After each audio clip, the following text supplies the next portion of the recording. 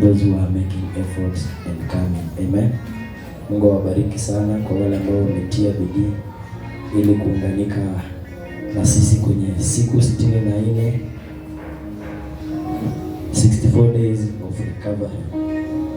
Now,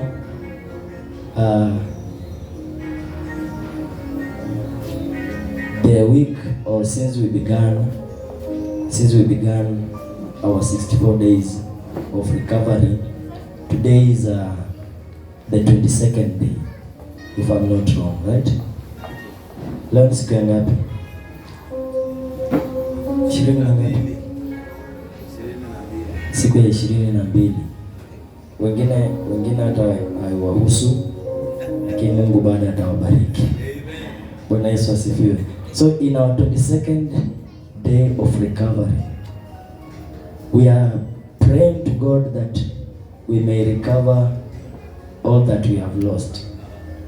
So if we are expecting God or we are praying God for a recovery, God will indeed fulfill what?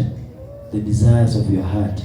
Na ile bidii yenye unaweka kwa kutafuta, ndio ile bidii Mungu naye anafanya nini? Anakubariki nayo. So along as we began the 64 days. Today is the 22nd day. So we only have few days remaining. And zikiisha, you will not believe, because God will do great things for those who are expectant. Now we have been talking about altars, and Dad said that today we are finishing up, we are winding up about altars.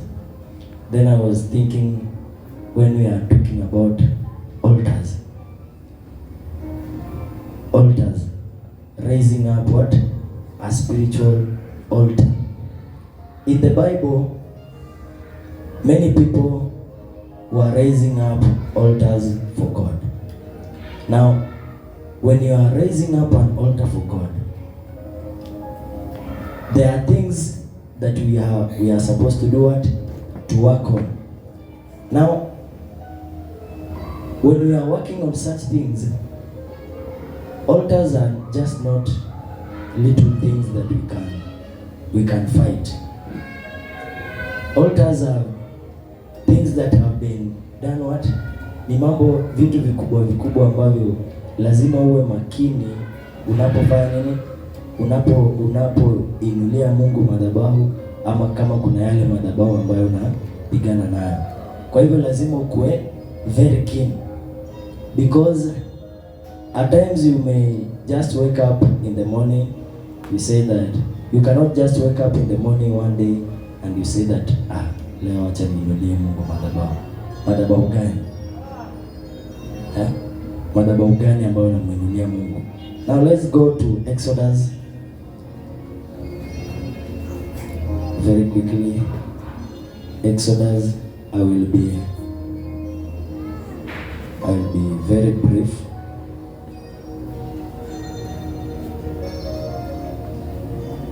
I'll be very brief because there is a very powerful service ahead. So Exodus chapter 20.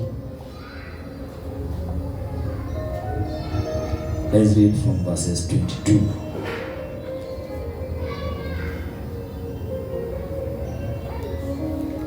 Then the Lord told Moses to say these things to the Israelites. You yourselves have seen that I talked with you from heaven. You must not use gold or silver to make idols for yourselves. Do not worship these gods in addition to me. Make an altar or that for me, and sacrifice on it your whole burnt offerings and fellowship offerings, your sheep and your cattle. Worship me in every place that I choose, and I will come and bless you. Verse 25. If you use stones to make an altar for me, don't use stones that you have shaped with tools. When you use any tools on them, you make them unsuitable for use in worship. And you must not go up to my altar on steps, or people will be able to see under your clothes. Now, when we are talking about raising up an altar, this is about setting up a place where you yourself will do what? Meet with God. Now, raising up an altar means setting up a place where you as an individual will do what? That will be a meeting place between you and God. That is what we mean by raising up an altar. You set up a place where at any other time, at any moment, you want to meet up with God. You want to talk one-on-one with God. You meet this at that place where you have done what? Raised an altar, and you talk to God on individual basis, personal encounters. Bwana Yesu asifiwe. Now, when you read in Exodus 20 from verses 2, this is Moses who is being given instructions on how he is supposed to raise his altar for who? For the Lord. How he is supposed to build an altar for the Lord Almighty. Now, in Exodus, you see that altars have instructions. They are supposed to be built on specific instructions. And the instructions, they do not just come from anywhere. They have to come from God Himself. If you are a servant of God, or if you are a person who is what? Who is saved. So raising up an altar, there has to come instruction from whom? From the Lord. Now, within these 64 days of recovery, huu ni ujumbe ambao mtu hakuamka tu na akasema leo tuko na nini na siku 64 za kurecover. It doesn't work that way. But you have to be in a place of prayer, in that place where you and your God have made a covenant between you and your God, that you will be asking Him things and He will be granting them to you. So since these 64 days began and we are raising up an altar, this was an instruction from above that we should do what? Raise up an altar for the Lord. And as I have said that altars, they have to come with specific instructions. Make an altar. Let me read from verse 22. Then the Lord told Moses these things to the Israelites. You yourself have seen that I talked with you from heaven. So this is Moses and who? God. Moses is receiving information from God, who is delivering it direct from heaven. Now, at this personal encounter, Moses anapewa ujumbe na anapewa instructions. Then the Lord, then you must not use gold or silver to make idols. To make idols for yourselves. Do not worship these gods in addition to me. Make an altar of that for me and sacrifice on it your whole burnt offerings and fellowship offerings, your sheep and your cattle. Worship me in every place that I choose, and I will come and bless you. So altars are accompanied by sacrifices. Altars are accompanied by offerings.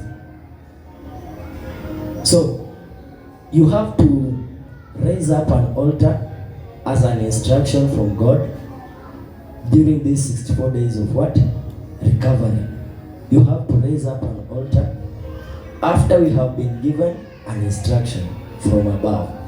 Then after you have raised this altar, a place where you and your God will be consulting each other on personal basis, you have now to look for a very good offering, a very good sacrifice that will give God, so that He can do what?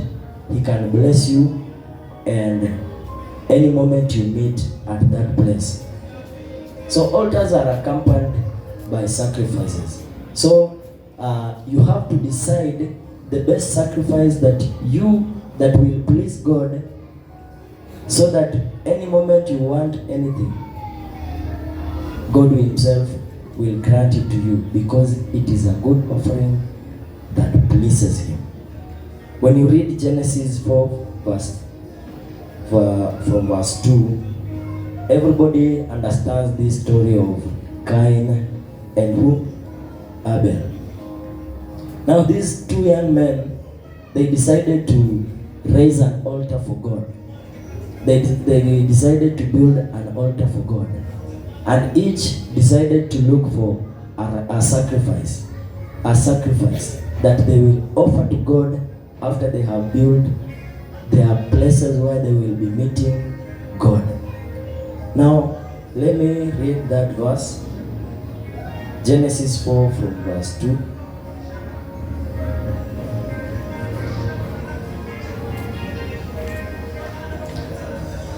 After that, Eve gave birth to Cain's brother Abel.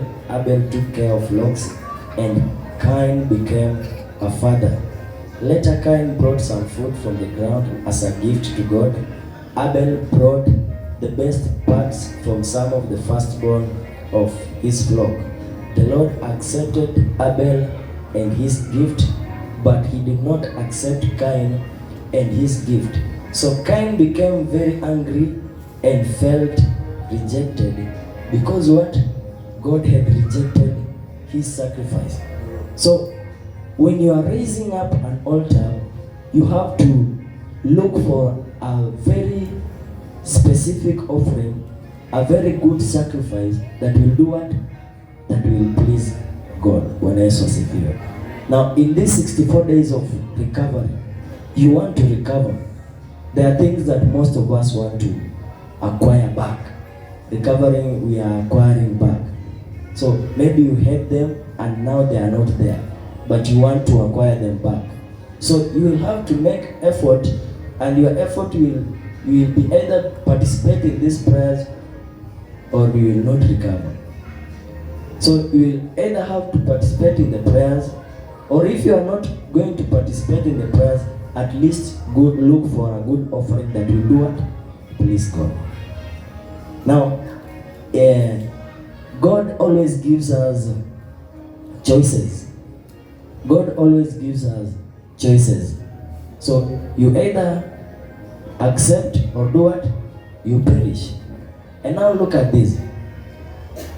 Mambo ya wokovu, Biblia inasema kwamba things of the spirit are only done what? Understood by those who are spiritual, or those who are in the spirit.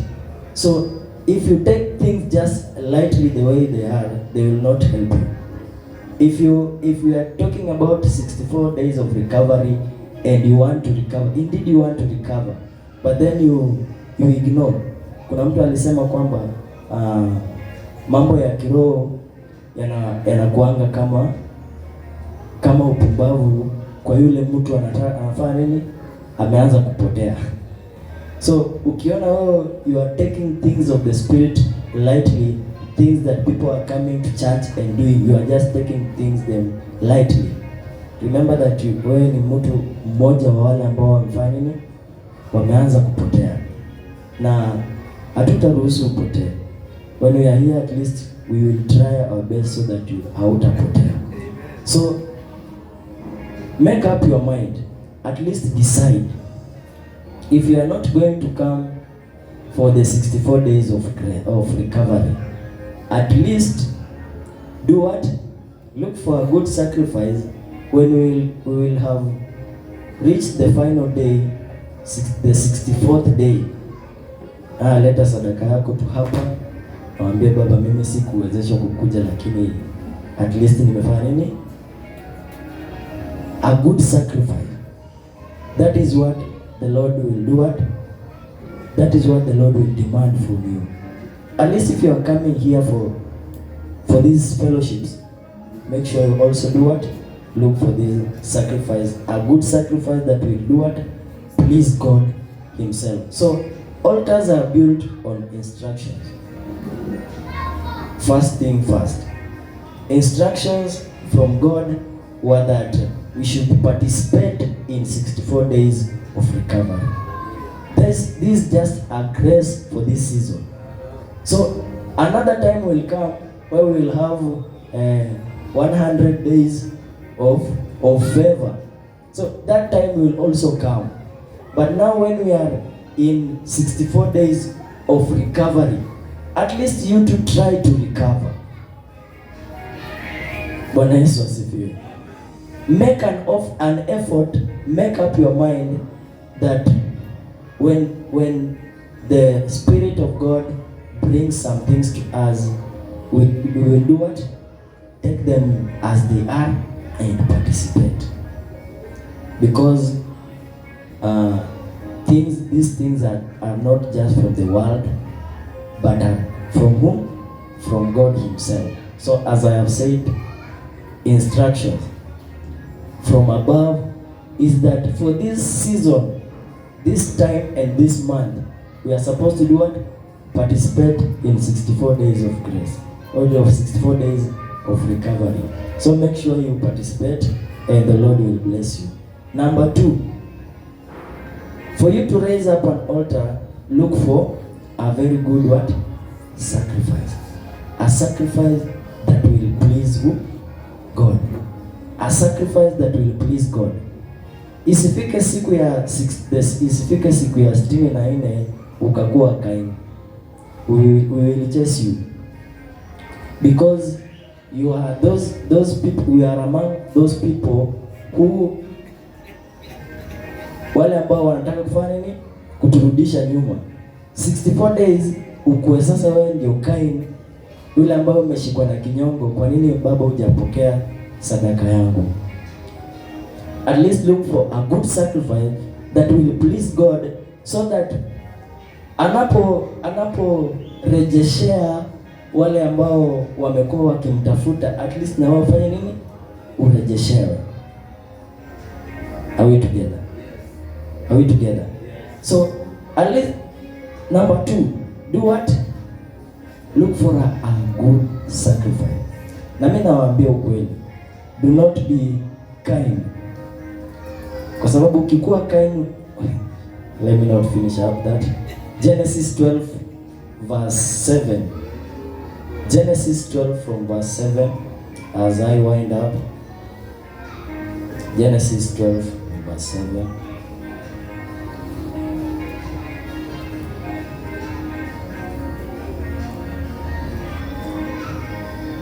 Then the Lord appeared to Abraham. Then the Lord appeared to Abraham and said, to your descendants I will give this land. And there he built an altar to the Lord who had appeared to him. Then the Lord appeared to Abraham and said, to your descendants I will give this land. And there he built an altar to the Lord who had appeared to him. So this is Abraham. This is Abraham who built an altar for the Lord. And I say that an altar is something that you build where you will be meeting who? Your God. Wewe na Mungu wako mtakuwa mnafanya nini? Mnakutania hapo. Na madhabahu si madhabahu yale ambayo wanasema wana raise hapa, wanainua hapa, wanainua madhabahu like wanapanga hapa bricks ama mawe then wanainua. Hapana, we are not talking about that. I'm talking about a place where you will be meeting your God on personal or on individual basis. This is a place where it is not supposed to be in the church.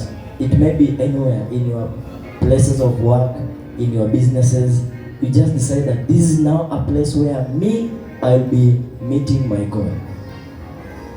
So Abraham built this place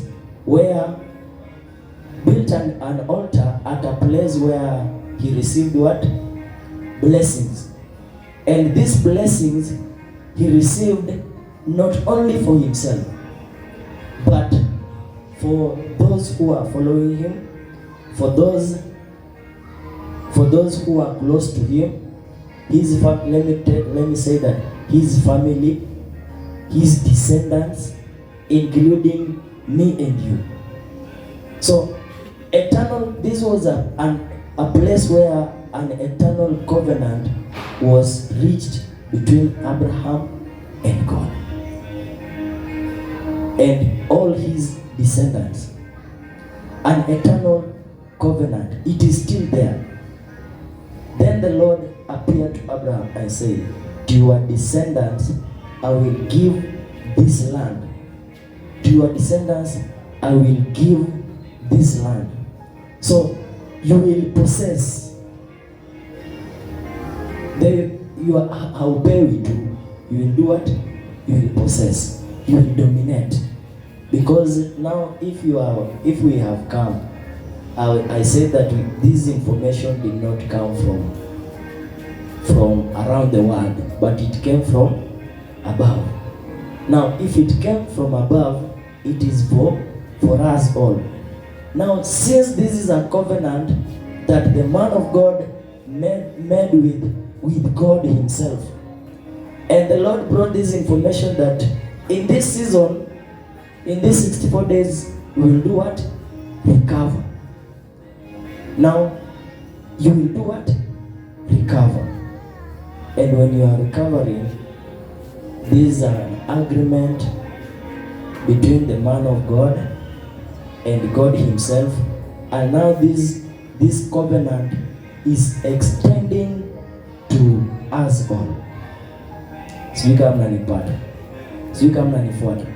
So from our dad receiving the report from heaven that in these 64 days we are going to do what? To recover. Now that information alipokea akiwa nini? Akiwa yeye peke yake. Alipopokea akiwa peke yake akafanya nini? Akaileta kwetu. Na sisi tukafanya nini? Tukaipokea. Now this is an extension. When he is recovering, we are also doing what? Going to recover, because that is a covenant that has been already made between Abraham, God, and all the descendants of Abraham. Bwana Yesu asifiwe. Now, if you are participating in these 64 days, okay, let me speak lightly. That try your best to participate, look for a good sacrifice, and God will bless you. Amen. God bless you so much, Pastor Silas. There are 4 seasons in man's life. Andika chini tusonge mbio, tunamaliza ili somo.